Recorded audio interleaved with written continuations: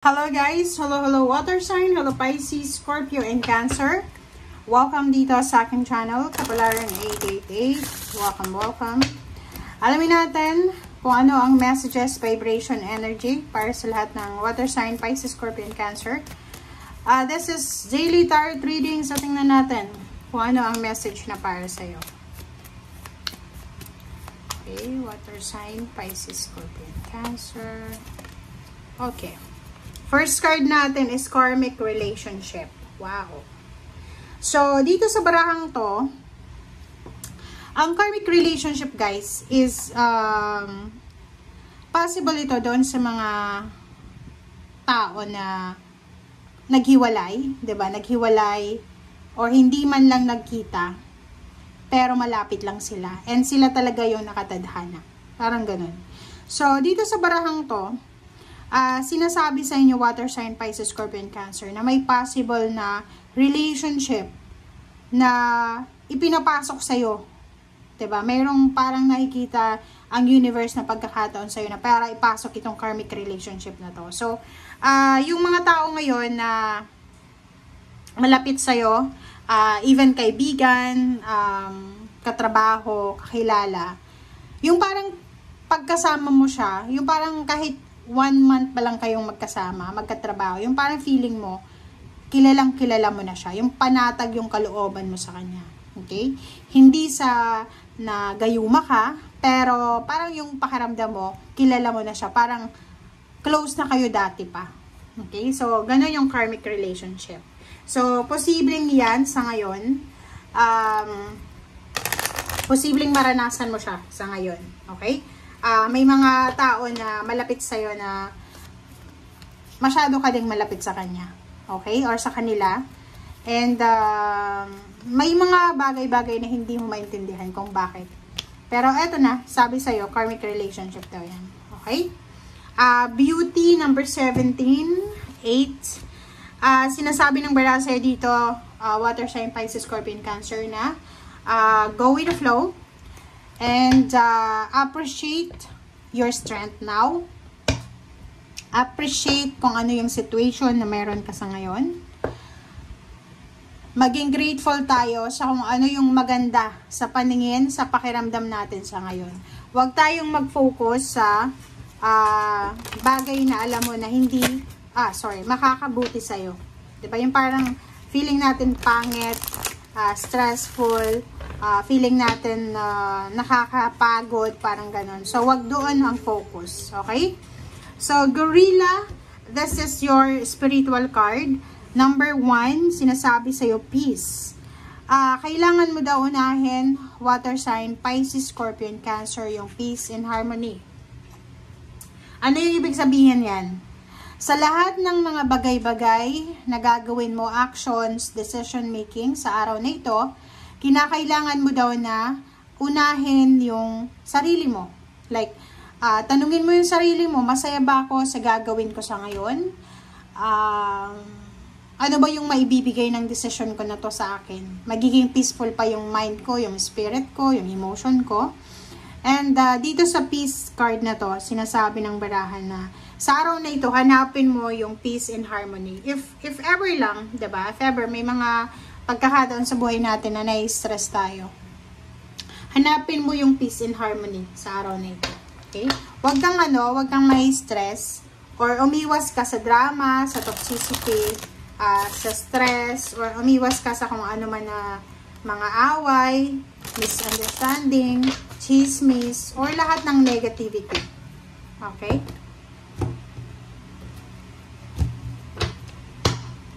Okay. First card natin, second card. So, meron tayo ditong water sign, Pisces, Scorpio, and Cancer na 77 siya. May kailangan kang proteksyonan. Okay? Maybe kailangan mong proteksyonan ang sarili mo. Yun nga, peace, diba? Sa araw na ito, siguro maraming triggers, may mga hormonal imbalances, mayroong iba na parang mga triggers talaga, yung pagbukas pa lang ng account niya sa Facebook, nairita na siya. So, dito sinasabi ng baraha na you have choice and option na proteksyonan mo yung peace ng sarili mo. Okay? So, wag tayong Alam mo, para sa akin lang, ang buhay ng tao dito sa mundo is, nandito ka para i-enjoy yung role mo dito, yung buhay mo. Yung mga outside forces na yan, end of the day, hindi na yan magmamatter, 'di ba? So, bakit mo i-stress ang sarili mo sa kanila? 'Di ba? So, dito sinasabi ng baraha, proteksyonan mo kung ano ang dapat proteksyonan sa sarili mo. Hindi sa pagiging selfish, hindi sa pagiging, ano bang tawag dyan? Walang pakialam. Pero, ang importante sa'yo sa ngayon, alin yung gugustuhin mo? Ikaw yung may stress sa ibang tao, tapos stress ka na, tapos wala naman silang pakialam. High blood ka na, wala naman silang pakialam sa'yo. So, much better na proteksyonan mo ang sarili mo. You have choice to protect yourself, your peace, your harmony, your blessings, your prosperity, your money, and your job, your possession and position. Diba? Okay, meron din ditong water sign, Pisces, Scorpion, Cancer, na siguro naghihintay siya ng bayad sa utang. Medyo nasasaktan na siya eh, 'di ba? Pwedeng ilang beses na siyang naningil, parang ganon. Pero wala pa rin eh. So dito sinasabi ng 7 of Coins na naghihintay ka. You're waiting for promotion, salary increase, or pwedeng pautang mo. Pero wala pa rin. So, nakikita ko sir dito medyo may pain and heartaches ka. 'Di ba pag ganon, yung parang pinautang mo nung time na pinautang mo siya, ang bait-bait niya. Tapos yung naningil ka na, ikaw na yung nagmamakaawa. So, yung pinautang mo, masaya yung pinautang mo. Pero nung siningil mo na, malungkot na yung sinisingil mo, 'di ba? Tapos ikaw pa yung mali. So, ito yung energy na nakikita natin. Okay? The World card, pero sinasabi ng barahan na lahat ng pinagdadaanan mo sa ngayon, lahat ng pain and heartaches, lahat ng mga triggers na yan sa buhay mo, matatapos din yan. Yun yung sabi ko sa'yo kanina. End of the day, ikaw lang mag-isa. End of the day, ikaw lang magsasuffer mag-isa. So, much better na ngayon pa lang, i-focus mo na, sarili mo yung priority mo, 'di ba?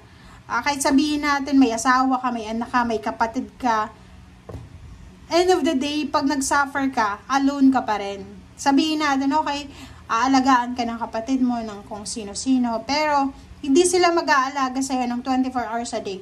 Kung wala silang bayad, di ba? Kung wala silang makukuha sa'yo, kasi sayang yun eh, instead na magtrabaho sila sa ibang lugar, aalagaan ka, parang gano'n. So, basta maging wise ka na lang. Sinasabi ng bara sa'yo dito, water sign, Pisces, Scorpion, Cancer, maging wise tayo. Okay? 2 of Swords and the Star. So, nakikita ko sa'yo dito, meron kang pinapangarap sa buhay. It's either dream house, dream partner, dream travel, dream business, dream car, or ano man tong dream mo. Kaso, sa kasalukuyan ngayon mismo, parang wala kang interest doon. Parang, iba yung interest mo eh, 'di ba? Yung pangarap mo ngayon, ay, kumbaga, ihang mo muna because mayroon kang priority na dapat na bigyang pansin. Okay. So, in the near future, sa mga susunod na araw, if you are single or married or may live-in partner, mag-iingat kayo kasi posibleng may mag-o-offer sa inyo ng relationship. Yung relationship na to na i-offer sa inyo ay sobrang positive siya. So, ibig sabihin, kung may asawa ka, kasal ka, temptation ito sa'yo. Pero kung single ka, etong love life na i-offer sa'yo is talagang para sa'yo to. Okay. 9 of Cups, 5 of Coins. So, nakikita ko sa'yo dito na marami sa inyo water sign, Pisces, Scorpion, Cancer na plano sa buhay para maging masaya. Gusto mong mag-celebrate with your family, gusto mong, alam mo yon yung perfection na gusto mong ibigay sa pamilya. Pero ang problema ay pera. Parang ganon. 9 of Cups and 5 of Coins. Ganon yung energy na gusto mong ibigay yung lahat-lahat pero hindi mo kaya kasi wala kang pera.